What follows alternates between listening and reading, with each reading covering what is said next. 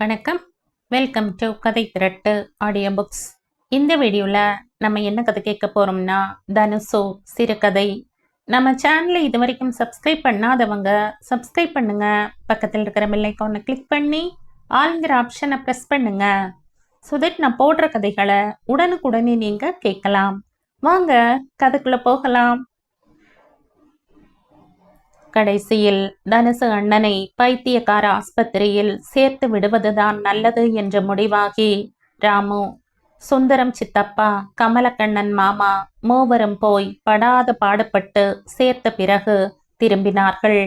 கடை தெருவில் சில்லறை மாற்றி டாக்ஸிக்கு கணக்கு தீர்த்த கையோடு சுந்தரம் சித்தப்பாவும் கமலக்கண்ணன் மாமாவும், பத்திரமா வீட்டுக்கு போறாமோ, வீட்டில் இருக்கிறவங்களுக்கு நீ தான் தைரியம் சொல்லணும். நீயே கோழையாயிட்டா வீட்டு பொம்பளைங்கள்லாம் அழ ஆரம்பிச்சிடுவாங்க. பார்த்து பக்குவமா நடந்துக்க. நீ உலக விவகாரம் தெரிஞ்சவன், நாங்க ஜாஸ்தி சொல்றதுக்கு இல்லை என்று நிதானமாய் முதுகை தட்டி ராமுவிடம் சொல்லிவிட்டு பிரிந்து நடந்தார்கள்.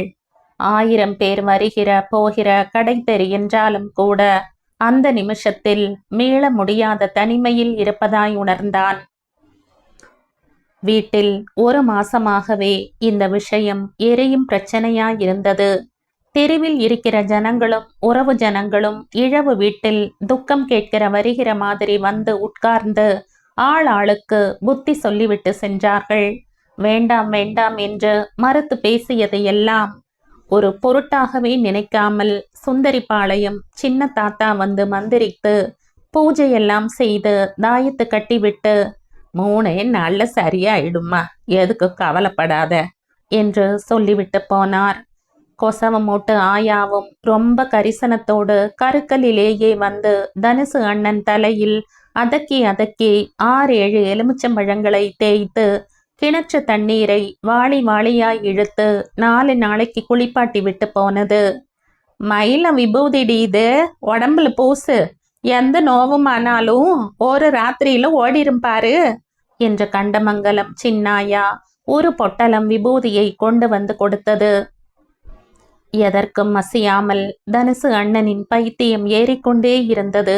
நாளுக்கு நாள் சேஷ்டையும் ஆட்டமும் பாட்டமும் கூத்தும் கும்மாளமும் அதிகரித்து கொண்டே போனது. அம்மாவுக்கு சாமி மேல் இருந்த நம்பிக்கையெல்லாம் கொஞ்சம் கொஞ்சமாய் குறைந்து கொண்டே வந்தது. ஒரு சந்தர்ப்பத்தில் சிறுவந்தாட்டு சின்னம்மா வந்து, எதுக்கு கவலைப்படாதக்கா, நம்ம கையில் என்ன இருக்குது, சாமிக்கு வேண்டிக்கோ, எல்லாம் சரியா போயிடும் என்று பேச்சோடு பேச்சாய் சொன்ன போது, ஒரு பாவமும் அறியாத என் பிள்ளைக்கு இந்த கதியை கொடுத்த சாமி இன்னாடி சாமி, பெரிய மயிறு சாமி என்று வாய்க்கு வந்த மாதிரி ஏசத் தொடங்கினாள். இந்த ஆத்திரத்தின் தொடர்ச்சியாகவே, எந்த சாமியும் என் பிள்ளைய காப்பாற்ற வேணாம்டி, எப்படி காப்பாற்றணும்னு எனக்கு தெரியும்டி என்று கூச்சல் போட்ட அன்றைய ராத்திரிதான் தனுசு அண்ணனை ஆஸ்பத்திரியில் சேர்க்கலாம் என்று முடிவெடுத்தாள் அம்மா. அம்மாவின் சம்மதத்துக்குத்தான் எல்லோரும் காத்திருந்தார்கள். லேசாய் புத்தி மாறாட்டம் தெரிந்த ஆரம்ப கட்டத்திலேயே சித்தப்பா பெரியப்பா எல்லாம் கூடி, நம்மால கட்டி மேய்க்க ஆவாது, பேசாம ஆஸ்பத்திரிக்கு அனுப்பிடலாம் என்று சொன்னபோது அம்மா திட்டவட்டமாய் மறுத்தாள். அப்போதெல்லாம் அம்மா தனுசு அண்ணனுக்கு பைத்தியமே இல்லை என்று சாதித்தாள். என் பிள்ளைய எனக்கு தெரியாதா, ஊத்த வாயை வச்சுக்குன்னு ஊருக்கு அதை பேச வந்துட்டீங்களா என்று சத்தம் போட்டாள். பைத்தியம் பைத்தியம்னு சொல்லியே என் பிள்ளைய பைத்தியமாக்கிடலாம்னு நினைக்கிறீங்களாடா? ஏதோ 4 வார்த்தை திருப்பி பேசுனா பைத்தியமா போவது பாரியா உங்களுக்கு புத்தி என்று திருப்பி திட்டினாள். வயசான காலத்தில் அம்மாவின் நிம்மதியை கெடுக்க வேண்டாம் என்று எல்லோருமே பின்வாங்கி கொண்டார்கள். அப்பா இல்லாத குடும்பத்தில் ஒற்றை ஆளாய் அலைந்து அம்மா 1 மாசத்தில் அரை ஆளாய் இழைத்து விட்டாள். எல்லா கஷ்டத்தையும் அம்மாவும் ராமுவும் மட்டுமே தனியே சமாளித்தார்கள். ராமுவுக்கும் தனுசுவுக்கும் நடுவில் காசி அண்ணன் இருந்தான். காசி அண்ணனுக்கென்று மரக்காணம், திண்டிவனம், காளாப்பட்டு, பாண்டிச்சேரி என்று நிறைய ஊர்களுக்கு போய் பெண்ணை தேடியது எல்லாம் தனுசு அண்ணன்தான். கண்ட நேரத்திலெல்லாம் மண்டியில் லீவ் போட்டு ஓடி வந்து விடுவான். மா மா சீக்கிரம் கிளம்பு, மல்லாட்ட போட வந்த ஆள் ஒருத்தன் கண்டமங்கலத்துல ஒரு பொண்ணு நம்ம ஜாதியில நல்லா இருக்குதுன்னா போய் பார்த்துட்டு வரலாம் வா என்பான். 14 இடம் பார்த்து 15வதாக கீரப்பாளையத்தில் ஒரு இடம் திருப்திப்பட அந்த இடத்தில் தான் காசிக்கு பெண் எடுத்தான். அப்படிப்பட்ட காசி ராத்திரி ரயில் ஏறி காலையில் வந்து இறங்க முடிகிற அளவில் மதுரையில் இருந்து கொண்டு 3 லெட்டர் எழுதி போட்டும் கூட இங்கிருக்கிற ஊருக்கு எட்டி கூட பார்க்கவில்லை. அண்ணனுக்கு எப்படி உள்ளது, லீவ் இல்லை, வர முடியவில்லை என்ற லெட்டர் மட்டும் எழுதினான். ராமுவுக்கு இதையெல்லாம் நம்ப கூட முடியவில்லை. இப்படியெல்லாம் கூட மனிதர்கள் இருப்பார்களா என்றுதான் விசனப்பட்டான். காசி அண்ணன் பெண்டாட்டி வீட்டிலேயே தங்காமல் 4ஆம் நாள் தூக்கு பையோடு வண்டி ஏறி போன பிறகு, இவதாண்டா லெட்டர் எழுதி வர வேணாம்னு சொல்லி இருக்கா, வேலு கவுண்டர் பொண்ணு மூலமாத்தான் எழுதி அனுப்புனாளாம், அந்த பொண்ணே சொல்லுச்சு, இவளை போய் தேடி தேடி கண்டுபிடிச்சானே உங்க பெரிய அண்ணன் என்று அம்மா அழுது கொண்டே சொன்னாள். தனுசு அண்ணன் சட் சட் என்று தொலைந்து போவதும் கண்டுபிடித்து கூட்டி வருவதும் தான் பெரிய பிரச்சனையாயிருந்தது. வயசுக்கு வந்த சிவகாமி தங்கச்சியை தனியே வீட்டில் விட்டு அம்மாவும் ராமுவும் தான் தேட வேண்டும். ஒரு நாள் ஏரிக்கரையில் படுத்து கிடந்தானே என்று நினைத்து அடுத்த நாள் அங்கே போய் பார்த்தால் இருக்க மாட்டான். நடையாய் நடக்க வேண்டும், வழியில் இருக்கிற மாட்டுக்கார பையன், சூளைக்கார கிழவன் என்று யார் மூலமாவது புலன் விசாரித்து கொண்டு போய் பருத்தி காட்டிலோ கம்மங்காட்டிலோ படுத்து புரள்கிறவனை இழுத்து வர வேண்டும். மறுநாள் தேடினால் அங்கும் இருக்க மாட்டான். மதகு கரை பக்கம் பீடி குடித்து கொண்டிருப்பான். உட்கார்ந்திருப்பவனை தாஜா செய்து கூப்பிட்டு வருவதற்குள் உயிர் போய் உயிர் வந்துவிடும். அத்தனை சீக்கிரத்தில் வசிய மாட்டான் தனுசு அண்ணன். அடம் பிடிப்பான். தூரத்தில் இருக்கிற பனை மரத்தில் இருந்து நுங்கு கேட்பான். தென்னங்கள் வாங்கி வந்து கொடுக்க சொல்வான். கரும்பை கசக்கி சாராக வாயில் ஊற்ற சொல்வான். அம்மா ஓரமாய் உட்கார்ந்து அழுவாள். ராமுவுக்கும் தொண்டை அடைக்கும். ஆனாலும் அண்ணனின் சமாதானத்துக்காக அழுகையை மறைத்து கொண்டு அண்ணன் சொல்வதையெல்லாம் செய்வான். அதற்கு பிறகுதான் எழுந்து வர சம்மதிப்பான்.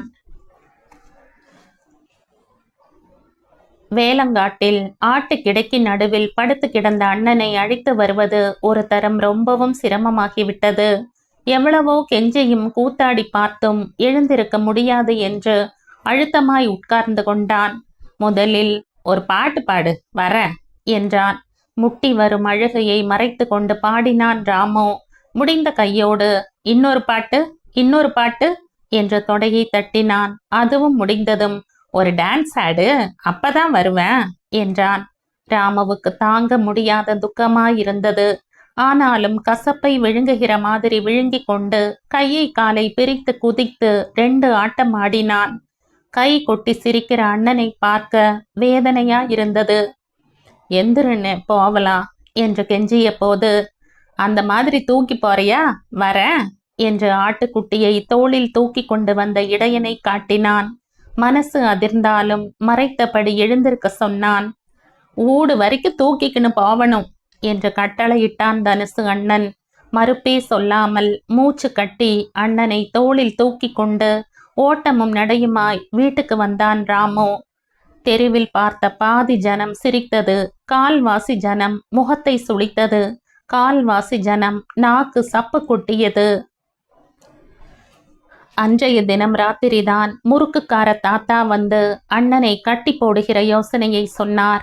அம்மாவுக்கு ஆத்திரம் முட்டி கொண்டு வந்தது. என் பிள்ளைய பத்தி வாய் கூசாம எதுக்குயா அந்த மாதிரி பேசுறீங்க என்று அழுதாள். இந்த கொடுமையை எல்லாம் பார்க்கணும் செய்யணும்னு சொல்லிட்டு நீங்க போய் சேர்ந்துட்டீங்களே ஐயா, என் தர்மத்தோரையே, எனக்கு இந்த நிலைமைய வைக்கலாமா என்று சுவரில் இருந்த அப்பா படத்துக்கு பக்கத்தில் சென்று உருக்கமாய் அழுதாள். அப்புறம் தான் அரை மனசு கால் மனசோடு கட்டி போட ஒத்துக்கொண்டாள். கட்டி போட்ட நிலையிலேயே தனுசு அண்ணன் செய்து விடுகிற மல ஜல கழிவுகளை எல்லாம் கூட வாரி போட்டாள். சிவகாமி தங்கச்சி செய்ய போன போது அம்மா பலவந்தமாய் மறுத்து ஒதுக்கி விட்டாள். நீ பச்சை மண்ணு தாயி, இதையெல்லாம் பார்த்து இதையெல்லாம் செஞ்சு நீ நரங்கிடாத தாயி, போய் உள்ள உட்காருமா என்று கையெடுத்து கும்பிட்டாள். ராமு மாத்திரம் பக்கத்திலேயே இருந்து உடம்பு கழுவ, குளிப்பாட்ட, துவட்டி விட, துணி மாற்ற பார்த்து கொண்டான். தோட்டத்திலேயே கட்டி போடுகிற யோசனை 3-4 நாட்களுக்கு உபயோகமாகவே இருந்தது. 5ஆம் நாள் மதியம் கொஞ்சம் கண் அயர்ந்திருந்த சமயத்தில் கட்டுக்களை அறுத்து கொண்டு போய்விட்டான் தனுசு அண்ணன். அந்த தரம் அவனை கண்டுபிடிப்பது ரொம்பவும் சிரமமாய் போய்விட்டது. 4 ஆள் போட்டுக்கொண்டு ஆளுக்கு ஒரு திசையில் தேடினாலும் ஒன்றும் தடையும் இல்லை. வேலங்கோடு, கம்மங்காடு, ஏரிக்கரை, ரயில்வே ஸ்டேஷன், பஸ் ஸ்டாண்ட், கோயில், குளம் என்று ஊரில் ஒரு இடம் பாக்கி இல்லாமல் சலித்தெடுத்த பிறகும் உபயோகம் இல்லை. உறவுக்காரர்கள் ஆள் ஆளுக்கு பேசத் தொடங்கிவிட்டார்கள். எல்லோரும் தனித்தனியே விளக்கு கம்பத்தின் கீழே, கோயில் மதிலையொட்டி, பாலத்து பக்கத்தில் திண்ணையில் சாய்ந்து கொண்டு, வேலிக்காத்தான் செடி மறைவில் நின்று கொண்டு தத்தமது யோசனைகளுக்கு தகுந்தபடி பேசினார்கள். ஏறத்தாழ எல்லோருமே தனுசு அண்ணன் ஏதோ செத்துப்போய் கைக்கு பிணம் கிடைக்காததற்கு பரிதாபப்படுகிற மாதிரி உச்சு கொட்டினார்கள். அடுத்த நாள் சூரியன் உச்சியில் இருக்கிற சமயம் ராமுதான் வில்லியனூர் ஆற்று மணலில் உட்கார்ந்து கிடந்தான் என்று கையை பிடித்து கூப்பிட்டு கொண்டு வந்தான். தனுசு அண்ணனின் தலை முதல் கால் வரை வியர்வை, மயிரெல்லாம் சாணப்பாலில் கிட்டித்து போய் அப்பி கிடந்தன. சாணத்துளிகள் பக்கத்தில் கூட நெருங்க முடியவில்லை. துர்நாற்றத்தில் மூக்கை பிடித்து கொண்டு தள்ளி தள்ளி நின்றார்கள். 7 மைல் கையை பிடித்து கூட்டி வருகிற ராமுவையும் சேர்ந்து கொண்டு கிணற்றங்கரைக்கு அழைத்து போய் உட்கார வைத்து வாளி வாளியாய் தண்ணீரை இழுத்து ஊற்றினார்கள். வைக்கோல் கொண்டு தேய்க்க தேய்க்க கூட வராமல் ஒட்டி கொண்டிருந்தது சாணம். ஆத்திரமும் அழுகையும் தாங்காமல் அம்மா, ஏண்டா இப்படியெல்லாம் உயிரை வாங்குற என்று வாளியாலேயே தலையில் ஒரு இடி இடித்தாள். வாளிப்பிடியின் கொக்கி பதிந்து இரத்தம் ஒழுகியது. ராமுவே 2 பேரையும் சமாதானப்படுத்தி பச்சை குழந்தைக்கு ஊற்றுகிற மாதிரி ஊற்றி துவட்டினான். தூய்மையான பிறகு தனுசு அண்ணனை அம்மா உள்ளே அழைத்து கொண்டு போனதும் கிணற்றோரம் போட்டிருக்கிற துணி துவைக்கும் கல்லை பிடித்தபடி ஓவென்று வாந்தி எடுத்தான் ராமு. குமட்டி குமட்டி வயிற்றுக்குள் இருக்கிறதெல்லாம் எதிர் திசையில் கிளம்புகிற மாதிரி பொங்கி புரண்டு வந்தது. குவளையில் சுடுநீர் வைத்து எடுத்து வந்து கொடுத்து மாரை நீவி விட்டது சிவகாமி. அதற்கு பிறகும் ஆகாயத்தை பார்த்தபடி உட்கார்ந்து கிடந்தான் ராமு. தனுசு அண்ணன் ரொம்பவும் அடங்கின சுபாவமானவன். ஒரு வார்த்தை கூட அதிர்கிற மாதிரி வராது.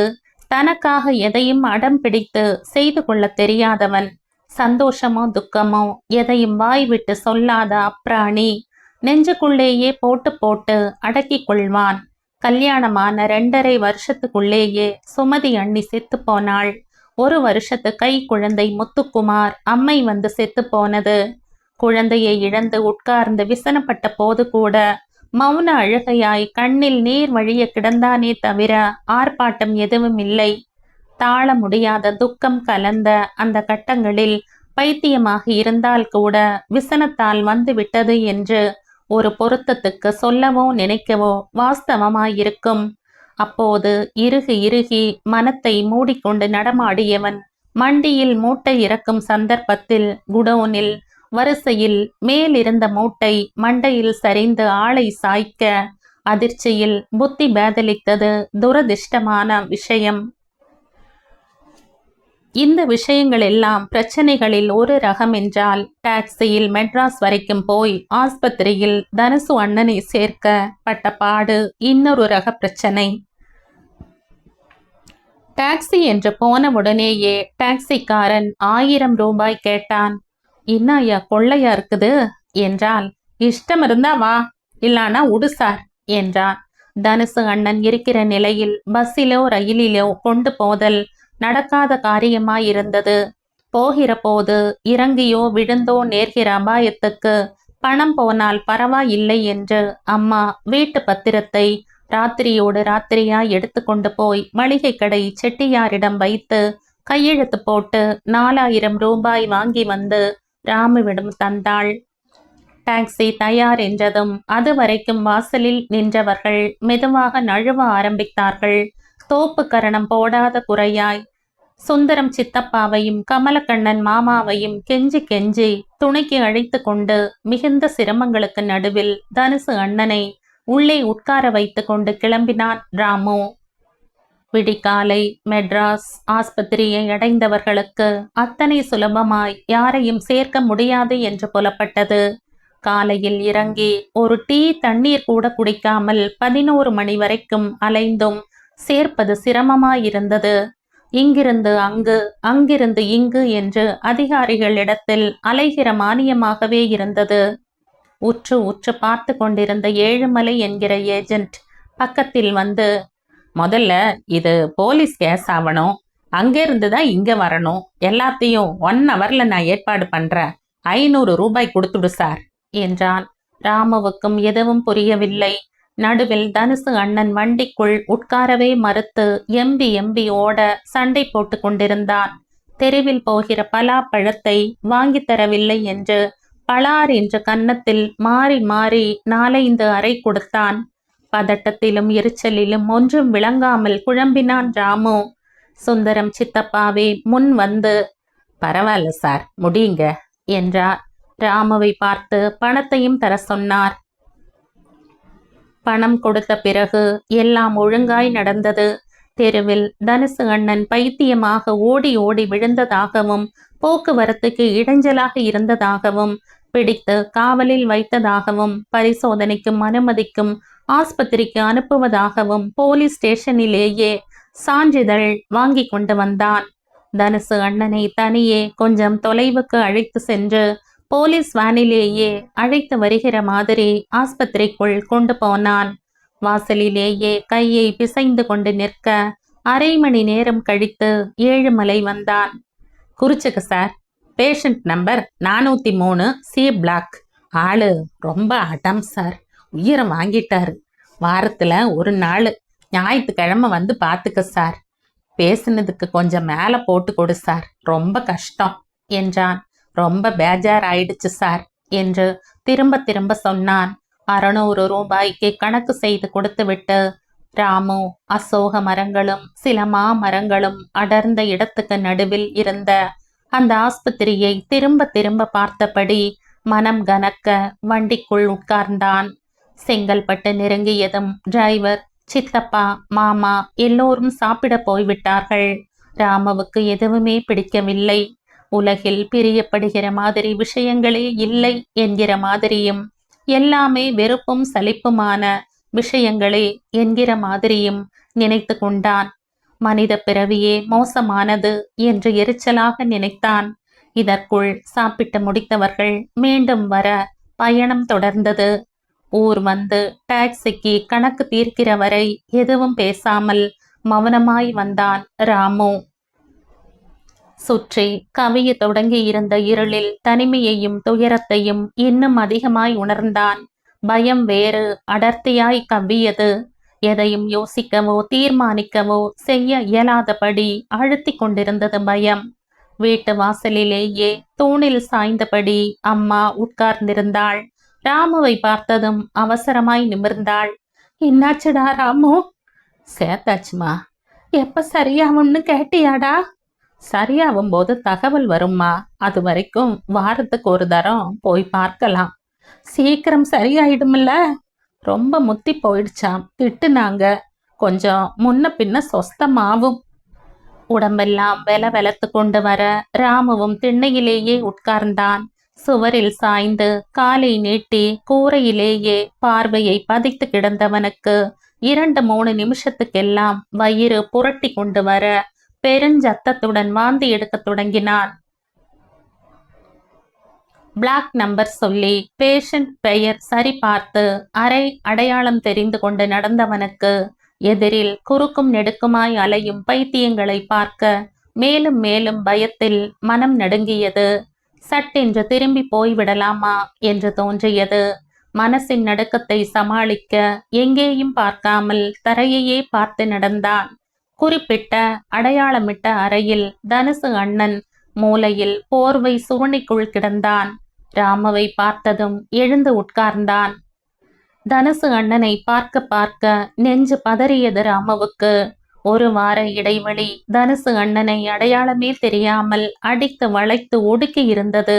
தனுசு அண்ணனுக்கு நல்ல உடல்கட்டு, பாளம் பாளமாய் வெடித்த மார்பு, முதுகுப்பட்டைகள் இரண்டும் ஆசாரி செதுக்கி தட்டிய மாதிரி வடிவமைப்போடு இருக்கும்.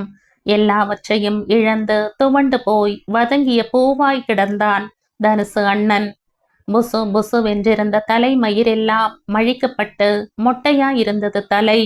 ராமுவை பார்த்ததும் அடையாளம் கண்டு கொண்டவனாய் சட்டென எழுந்து நின்றான். எதுக்குடா இங்க என்ன சேர்த்த? இட்டுட்டு போயிடு ராமு, இப்பவே போலாம்டா, வாடா. சரிண்ணே. டாக்டர் கிட்ட சொல்லி இட்டு போறியா? சரிண்ணே. நிஜமா? நிஜமாண்ணே. தினம் 4 ஊசிடா. இதோ பார், கையெல்லாம் பொத்தல் ஆயிடுத்து. அது கூட பரவாயில்ல, கரண்ட்ல ஷாக் கொடுக்குறாங்க ராமு. தலையில போய் உயர வச்சு கொடுக்குறாங்கடா, தாங்க முடியல. ராமு இட்டு போயிடுடா. சரிண்ணே.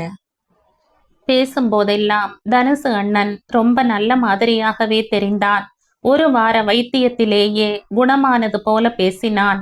ஊரிலிருந்து தனுசு அண்ணனுக்காக அம்மா கொடுத்தனுப்பி இருந்த வஜ்ரம் மீன் குழம்பு சோற்றையும் வறுத்த மீன் துண்டுகளையும் தந்தான் ராமு. தனுசு அண்ணன் சட்டென்று ஓடி பக்கத்து பிளாக்கில் இருந்து 4-5 பேரை அழைத்து கொண்டு வந்தான். தூக்கு வாளியில் இருந்த சோற்றை எல்லோரும் அள்ளி அள்ளி சாப்பிட்டார்கள். தனுசு அண்ணன் 2 கவளமோ 3 கவளமோ சாப்பிடுவதற்குள் வாளி சோறு தீர்ந்து விட்டது. அடுத்த தரம் இன்னும் நிறைய கொண்டு வர வேண்டும் என்று நினைத்து கொண்டான் ராமு. சாப்பிட்டு முடித்த பக்கத்து பிளாக்காரன்கள் தனுசு அண்ணனை பார்த்து பீடி கேட்டார்கள். தனுசு அண்ணன் ராமுவை பார்த்து பீடி கேட்டான். பீடி குடுடா ராமு. இல்லண்ணே. ஏண்டா இல்ல? வாங்கியாரலண்ணே. அதான் எதுக்குடா வாங்கியாரல? தெரியாதுண்ணே. தெரியாதவன்ல எதுக்குடா இங்க வர? தனுசு அண்ணனுக்கு சட்டென்று ஆத்திரம் வந்தது. தூக்கு வாளியையும் மூடியையும் தூக்கி வாசலில் அடித்தான். சட்டென்று மூர்க்கமானான், ஆத்திரப்பட்டான். பாத்திரங்களை பொறுக்கின ராமுவின் தலை முடியை கொத்தாய் பிடித்து திருப்பினான். மறுபடியும் மிரட்டினான். சொல்லுடா, ஏண்டா பீடி வாங்கியார்ல? அடுத்த தரம் வாங்கியாரண்ணே. இப்ப வேணும்டா எனக்கு. சரி வாங்கியாரண்ணே. இப்பவே வாங்கியாரண்ணே. 1 2 10 வரைக்கும் எண்ணுவேன். அதுக்குள்ள பீடி வரல, தலையை உடைச்சு கையில கொடுத்துருவேன், படவா ராஸ்கல். சரிண்ணே. சரின்ட்டு ஏமாத்துன, இப்படி விழும் உத.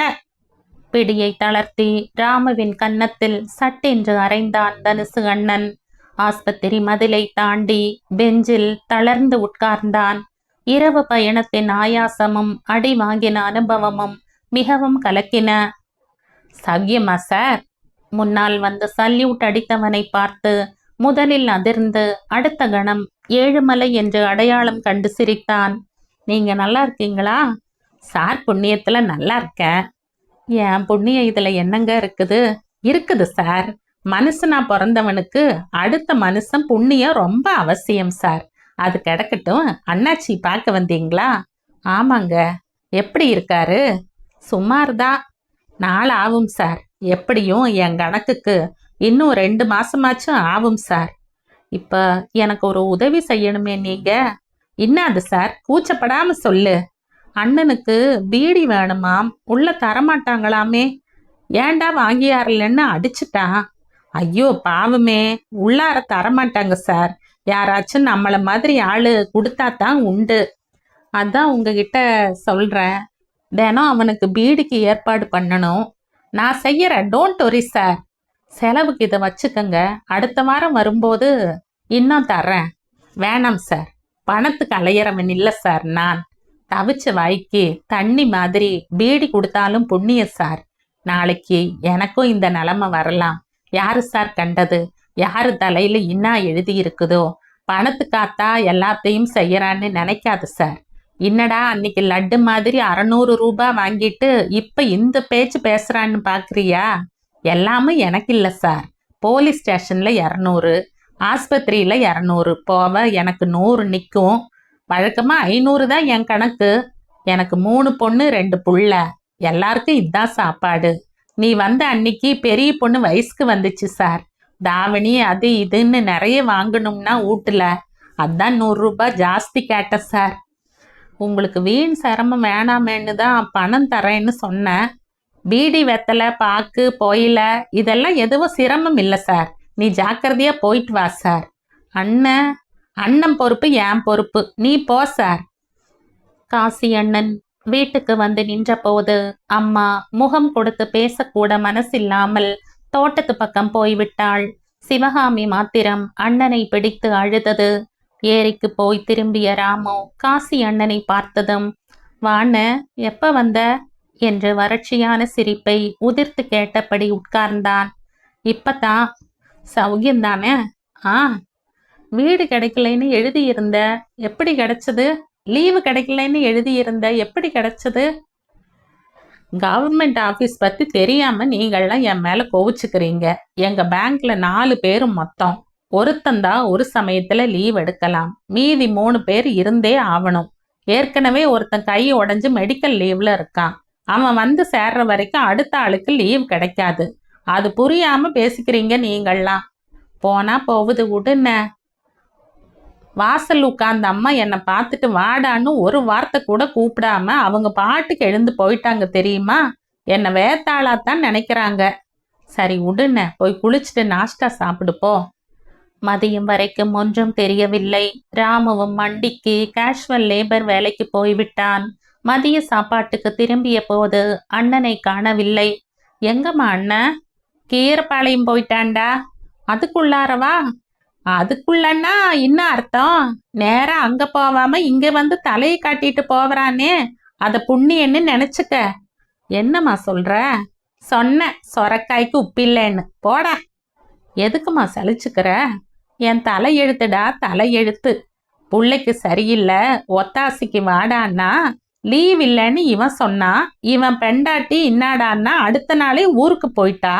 நீயும் நானும் தான் லோல் பட்டு லொங்கழிஞ்சும்.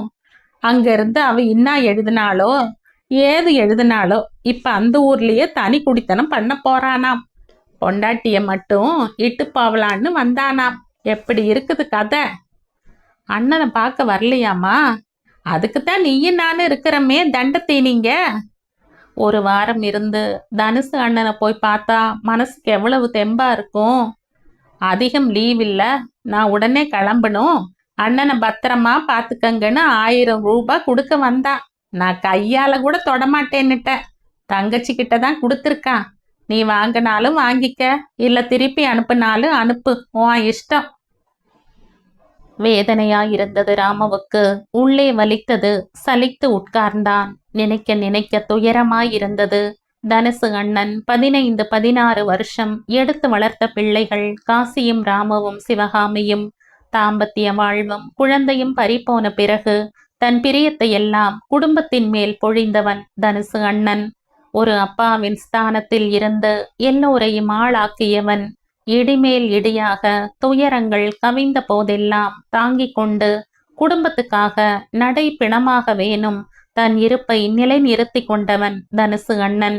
2ஆம் கல்யாணத்துக்கு நிறைய பேர் வற்புறுத்தியும் ஒத்துக்கொள்ளாதவன். ஒரு வைராக்கியமாகவே இருந்தான். ஆரம்பத்தில் கூத்து வாத்தியார் மகள் மல்லிகாவை அண்ணன் ஆசைப்படுகிற மாதிரி தெரிந்தது. மல்லிகாவும் அண்ணனும் ஏரிக்கரையில் வேலங்காட்டில் வண்டித்தடத்தில் தனியே சந்தித்து பேசுகிறார்கள் என தகவல் வந்தது. அப்பவும் எப்படியோ நல்லா இருந்தா சரிதான் என்றே எல்லோரும் நினைத்தார்கள். ஆனால் கடைசியில் அந்த பெண் தனது சொந்தத்திலேயே போர்க்காட்டில் கட்டி கொண்டு போய்விட்டது. அண்ணனுக்கு விழுந்த அடுத்த அடி இது. இளகிய வைராகியம் இன்னும் இன்னும் இறுகியது. அப்புறம் பன்ருட்டி பக்கம் ஏதோ ஒரு பெண்ணுடன் தொடர்பு வைத்திருப்பதாய் அரசல் புரசலாய் தகவல் வந்தது. 6 மாசமோ என்னமோதான். அது கூட திடும் திடும் என்று இரவில் ஆள் தங்க மாட்டான். கண்டிக்கு கூட மனசில்லை அம்மாவுக்கு. அதட்டி கொண்டு வந்த சுற்றத்தார்களுக்கு இருந்துட்டு போவட்டும், பூவும் காயுமா இருக்க வேண்டிய வயசுல என் புள்ள மொட்டையா நிக்கிது. அவன் சந்தோஷத்துக்கு எது வேணா செஞ்சுக்கட்டும், யாரும் கேட்க வேணாம் என்று சொல்லிவிட்டாள். அப்புறம் அண்ணன் எல்லாவற்றிலிருந்தும் விலகி பெண்கள் விவகாரத்துக்கே ஒரு முற்றுப்புள்ளி வைத்த மாதிரி அப்பா இல்லாத பிள்ளைகள் மேல் அன்பை பொழிந்தான்.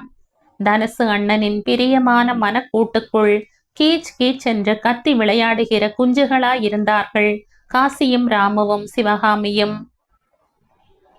2 டஜன் வாழைப்பழம், 1 டஜன் ஆரஞ்சு பழம், 1 டஜன் சாத்துக்குடி, 1 கட்டு வெற்றிலை பாக்கு, பீடிக்கட்டு என்று மண்டியில் கிட்டிய கூலிக்கு பை நிறைய வாங்கி கொண்டு வந்தான் ராமு. திண்ணையில் பையை வைக்கும் போதே அம்மாவுக்கு ஆச்சரியமாயிருந்தது. எதுக்குடா இவ்வளோத்தான்? என்னமோ பொண்ணுக்கு சீரெடுத்து போகிற மாதிரி. இவ்வளவும் வேணுமா? ஆஸ்பத்திரியில இவ்வளோ எடுத்து போக விடுவாங்களா? சொல்லிட்டு போக வேண்டியதுதான். ஒத்த ஆளுக்கு இவ்வளோத்த எதுக்குடா? உனக்கு தெரியாதுமா, அண்ணன் ஒன்று சாப்பிடணும்னா அண்ணனை சுத்தி நிக்கிறவங்க 10 பேராவது சாப்பிடணும். அதற்கு பிறகு அம்மா எதுவும் பேசவில்லை. இரவானத்தில் பார்வை குத்திட சுவரில் சாய்ந்து கொண்டாள். போல போலவென்று கண்ணில் நீர் வழிந்தது. தனுசு அபூர்வமான பொறுப்புடா. அவன மாதிரி மனசு யாருக்கும் வராது. சின்ன பிள்ளையிலிருந்தே இப்படித்தான். தனியாவே சாப்பிட மாட்டான். அள்ளி அள்ளி எல்லாருக்கும் வழங்கிட்டு தான் சாப்பிடுவான். தனக்கு மிஞ்சித்தான் தானமும் தர்மம்னு அவங்கிட்ட சொல்லிப்பாரு. உளுந்து உளுந்து சிரிப்பான். துண்ணுக்குனே இருந்தா எந்த காலத்துல மிஞ்சி எந்த காலத்துல தர்மம் செய்யறதுன்னு கிண்டல் பண்ணுவான். அப்படி ஒரு மனசு அவனுக்கு. அந்த மனசுக்கு இப்படி ஒரு நிலைமை பாரு. அதாண்டா அநியாயம். நடுக்கமான குரலில் கேவல்களுக்கு இடையில் சொல்லிக்கொண்டே புடவை முந்தானையால் வாயை பொத்திக் கொள்ள ராமு கிணற்றடிக்கு குளிக்கப் போனான். சோப்பு போட்டு தேய்த்து கொண்டிருக்கும் போது அம்மா அங்கே வந்து நின்றாள். முதுகு தேய்க்கிட்டாடா? வேணாம்மா, நொதன்னு இருக்குடா அழுக்கு. சீக்கா போட்டு தேய்ச்சா போயிடும்டா. காட்டு. வேணாம், விடுமா. கொஞ்ச நேரம் மௌனமாய் அம்மா அவரை கொடியை இழுத்து இழுத்து தளர்த்தி கொண்டிருந்தாள். எத்தனை மணிக்குடா பஸ்ஸு? ராத்திரி 2:30 மணிக்குமா? காலையில போய் சேர்ந்துருமா? 7 மணிக்கெல்லாம் போயிடும். 2:30 மணி பஸ்ஸுக்கு இப்பவே கிளம்பணுமா? 2 மணிக்கு கூடத்தான் கிளம்பலாம். ஆனா இங்க இருந்து டவுனுக்கு போக பஸ் இல்லையே. அதுக்கு தான் சாப்பிட்டு கிப்ட்டு 9, 9:30க்கு கிளம்புனா டவுனுக்கு போய் 2வது ஆட்டம் சினிமா ஏதாவது பார்த்துட்டு பஸ் ஸ்டாண்டு போறதுக்கும் வண்டி வர்றதுக்கும் சரியா இருக்கும். நானும் வரட்டாடா தனுசுவை பார்க்கறதுக்கு? நீயா? பிள்ளைய பார்க்கணும்னு ஆசையா இருக்குதுடா. 5-6 வாரம் ஆயிடுச்சு. அவனும் தான் என்ன நினைப்பா? அம்மா வந்து பார்த்தாளான்னு நினைக்க மாட்டானா? அதுக்கு இல்லம்மா, அந்த குளிர்ல ராத்திரி பஸ்ல உட்காந்துக்குன்னு வருவியான்னு யோசிக்கிறேன். சமாளிச்சுக்கலாம்டா. சரி, கிளம்பு. வயசான அம்மாவின் நெஞ்சு படுகிற வேதனையையும் வார்த்தைகளில் வெளிப்படுத்தாமல் அடக்கி வைத்திருக்கிற துக்கத்தையும் சுலபமாய் புரிந்து கொள்ள முடிந்தது ராமுவால். அம்மாவின் மீது இதுவரைக்கும் இல்லாத அளவுக்கு அளவு கடந்த பாசமும் இரக்கமும் சுரந்தது. கடுமையான காய்ச்சல் வந்து ராமுவை கிடத்திவிட்டது. கண்ணை கூட திறந்து பார்க்க முடியாமல் கிடந்தான். நெருப்பை வைத்து கட்டிய மாதிரி ஒரே எரிச்சல். தொடையிலும் கையிலுமாய் 7 நாளைக்கு 14 ஊசி போட்டார் டாக்டர். அதற்கு பிறகுதான் காய்ச்சல் இறங்க தொடங்கியது. துடைப்ப குச்சி மாதிரி இளைத்து போனது உடம்பு. 10-12 நாட்களுக்கு பிறகு காய்ச்சல் நீங்கி எழுந்து நடமாடத் தொடங்கிய போது ராமுவை அடையாளமே தெரியவில்லை. வெளுத்து போய் கண்ணெல்லாம் உள்வாங்கி முகவாய் எலும்பு துருத்தி கொண்டிருந்தது. தோள்பட்ட எலும்பு குழியில் 2 அகல் எண்ணெய் பிடிக்கிற மாதிரி குழிந்து விட்டது. அதிகமாய் நடக்கவும் முடியவில்லை.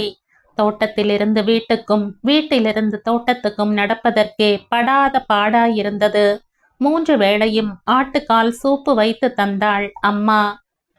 மார்கண்டமும் ஈரலும் வாங்கி வறுத்து தந்தாள். இத்தனைக்கு பிறகுதான் கொஞ்சம் தெம்பு வந்த மாதிரி நடமாட முடிந்தது. பழையபடி வேலைக்கு போகவும் முடிந்தது. 2 ஞாயிற்றுக்கிழமைகளாக மெட்ராஸ் போக முடியாததிலும் தனுசு அண்ணனை பார்க்க முடியாததிலும் மனசுக்கு மிகவும் சங்கடமாய் உணர்ந்தான் ராமு. அடுத்த ஞாயிறாவது தவறாமல் போக வேண்டும் என்றிருந்த சமயத்தில் அதே தினத்தில் திரிபுவனையில் இருந்து ஏதோ ஒரு சொந்தத்தின் மூலம் சிவகாமியை பெண் பார்க்க வருவதாய் தகவல் வந்தது. வீட்டுக்கு பெரிய பிள்ளை ஆஸ்பத்திரியில் இருக்கிற சந்தர்ப்பத்தில் இதெல்லாம் வேண்டாம் என்று அம்மா எவ்வளவோ ஆட்சேபனை செய்து பார்த்தாள். தகவல் கொண்டு வந்த சொந்தக்காரர் ரொம்ப பிடிவாதமாய், வரேன்னு சொல்லிட்டானுங்க, எதுக்கு தடுக்கணும், கல்யாணமா பேசி முடிவு பண்ண போறோம், சும்மா பாக்குற சம்பிரதாயம் தானே என்று என்னென்னமோ சொல்லி காரியத்தை சாதித்து கொள்ள பார்த்தார். சித்தப்பா பெரியப்பா வீட்டு பெண்களும் விஷயத்தை கேள்விப்பட்டு வந்து அம்மாவை கட்டாயப்படுத்தி ஒத்துக்கொள்ள வைத்தனர். அம்மா ராமுவிடம் ஆஸ்பத்திரிக்கு போவதை அடுத்த வாரத்துக்கு ஒத்தி போட சொல்லி நிர்பந்தப்படுத்தினாள். வீட்டு ஆம்பிள்ளையாக அவன் ஒருத்தனாவது இருக்க வேண்டும் என்று சொன்னாள். வேறு வழியில்லாமல் ராமு நிற்க வேண்டியதாய் போனது. 11 மணிக்கு என்று சொன்ன ஆட்கள் சாயங்காலம் 4:15 மணிக்குத்தான் வந்தார்கள். பலகாரம் சுட்டு வைத்திருந்தாள் அம்மா. வந்தவர்கள் சாப்பிட்டு காஃபி குடித்தார்கள். சிவகாமி வந்து கும்பிட எல்லோரும் திருப்தியாய் பார்த்தார்கள். வெள்ளை மீசையுடன் இருந்த ஒரு பெரியவர் திடுமென ஒரு கேள்வி கேட்டார். வழியில ஒரு விஷயம் கேள்விப்பட்டோம், நிஜம்தானா? எதுங்க? பொண்ணோட அண்ணனுக்கு காயலான்னு. வாஸ்தவம் தாங்க, மூளை குழம்பி போச்சாமே. மூட்டை ஒன்று தலையில் விழுந்துருச்சு, அதுல இருந்து இப்படி ஆயிடுச்சு. அம்மா வழியில அப்பா வழியில யாருக்காச்சும் இப்படி இருந்துச்சுங்களா? சிச்சி, அதெல்லாம் இல்லைங்க. எதுக்கு கேட்குறேன்னா, பரம்பரையா சில பேருக்கு வரும், அதனால கேட்குறேன். அப்படியெல்லாம் இல்லைங்க. எதுவுமே கேட்டுக்காம தெரிஞ்சுக்காம பொண்ணு எடுத்துட்டு நாளைக்கு ஏதாச்சும் எக்கச்சக்கமா ஆகி நாங்க கஷ்டப்படக்கூடாது பாருங்க, அதுக்காகத்தான் கேட்குறேன், தப்பா எடுத்துக்காதீங்க. ராமுவால் சும்மா இருக்க முடியவில்லை. எரிச்சல் வந்தது, வாய் துடித்தது. சட்டென்று கேட்டான். கல்யாணத்துக்கு அப்புறம் உங்க பிள்ளைக்கு அந்த மாதிரி ஆயிடுச்சுன்னா என்ன செய்வீங்க? வந்தவர்கள் இதை எதிர்பார்க்காத மாதிரி அதிர்ச்சிக்கு ஆளானார்கள். சித்தப்பா ராமுவை பார்த்து அதட்டி தோட்டத்து பக்கம் அழைத்து போனார். தோட்டத்து பக்கம் போனவன் அங்கேயே மரஞ்செடியை, அவரை கொடியை, தென்னை மரத்தை, கீற்று கொட்டகையை, ஓதியங்கிளையை, ஜான் அகலத்துக்கு ஓடும் சாக்கடையை மாறி மாறி பார்த்து கொண்டிருந்தான். ஏனோ உள் எரிச்சல் அடங்காமல் கொதிக்கிற மாதிரி இருந்தது. தோட்டத்து படலை திறந்து கொண்டு கடை தெரு பக்கம் போனான். அரை மணி நேரம் சுற்றிவிட்டு திரும்பவும் வீட்டுக்கு திரும்பிய போது அம்மா மட்டும்தான் இருந்தாள். என்னாச்சு அப்புறம்? அதுங்க கிடக்குதுங்க, ஆக்கங்கெட்ட ஜனங்க. எரியற வவுத்து இன்னும் கொஞ்சம் எரிய வைக்கிறதுக்குன்னு வந்து சேர்ந்தது பாருடா. வாசலில் நின்ற தபால்காரர் பெயரை சொல்லி கூப்பிட்டதுமே வீட்டுக்கு பின்னால் கீற்று பின்னி கொண்டிருந்த ராமு பதறி அடித்து கொண்டு வாசலுக்கு ஓடி வந்தான். அம்மா கடிதத்தோடு நின்றிருந்தாள். இங்க குடு. வாங்கி பிரித்து கிடுகிடுவென்ற பார்வையை ஓட்டினான். அம்மா ஒன்றும் புரியாமல் திகில் விலகாது, யாருடா எழுதியிருக்காங்க, சத்தமா படியேண்டா என்று ராமுவை பார்த்து சொன்னாள். சிவகாமியும் ஓடி வந்து நின்று கொண்டது. சத்தமா படிடா. கண்களில் நீர் பனிக்க கீழே உட்கார்ந்தான் ராமு. ராமுவின் மலர்ச்சியையும் பளபளக்கும் கண்ணையும் பார்த்து, என்ன விஷயம்டா, என்ன விஷயம்டா என்று திருப்பி திருப்பி கேட்டாள். தனுசு அண்ணனுக்கு நல்லாயிடுச்சுமா, வந்து கூட்டிட்டு போக சொல்லி எழுதி இருக்குது. அம்மாவுக்கும் சிவகாமிக்கும் தாங்க முடியாத சந்தோஷம். வார்த்தை வராமல் விம்மினாள் அம்மா. சுருக்கம் விழுந்த தாடைகள் ஆடின. யாருடா எழுதி இருக்கிறது? தனுசு அண்ணனே எழுதி இருக்குதுமா. தனுசுவா? ஆ, படி பாப்போம். குரலை சரி செய்து கொண்டு படித்தான் ராமு. அன்புள்ள அம்மா, காசி, ராமு, சிவகாமி, ராஜாத்திக்கு தனுசு செய்யும் வணக்கங்கள். நான் சௌக்கியமாயிருக்கிறேன்.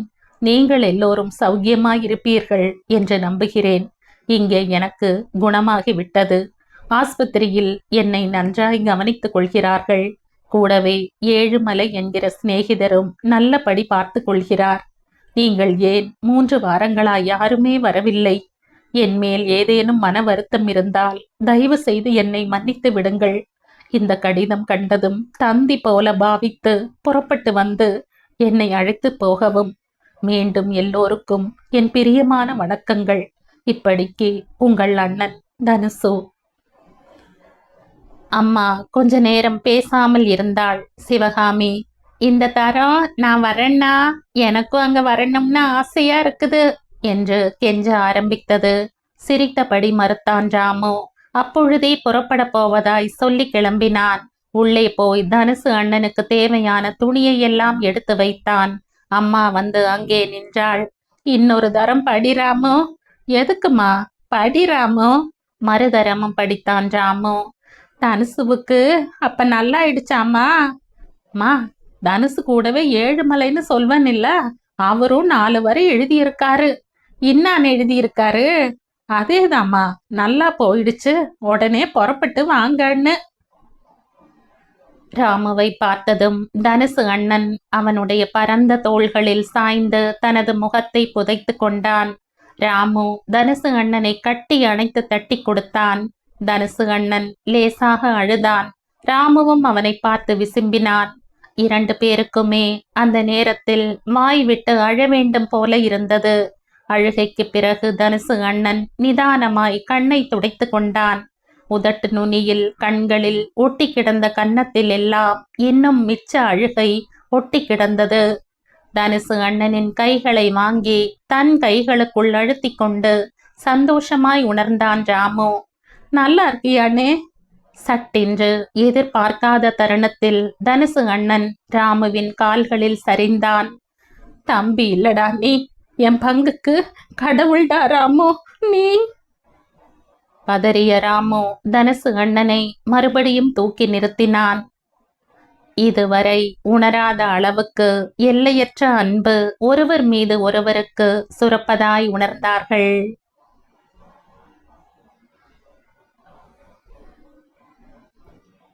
கணையாழி இதழில் 1990ஆம் ஆண்டு வெளிவந்த சிறுகதை இது. இந்த கதை உங்களுக்கு பிடிச்சிருந்தா லைக் பண்ணுங்க, ஷேர் பண்ணுங்க, சப்ஸ்கிரைப் பண்ணுங்க. மற்றும் ஒரு இன்ட்ரெஸ்டிங்கான கதையோட அடுத்த வீடியோல சந்திப்போம். பாய். தேங்க்யூ.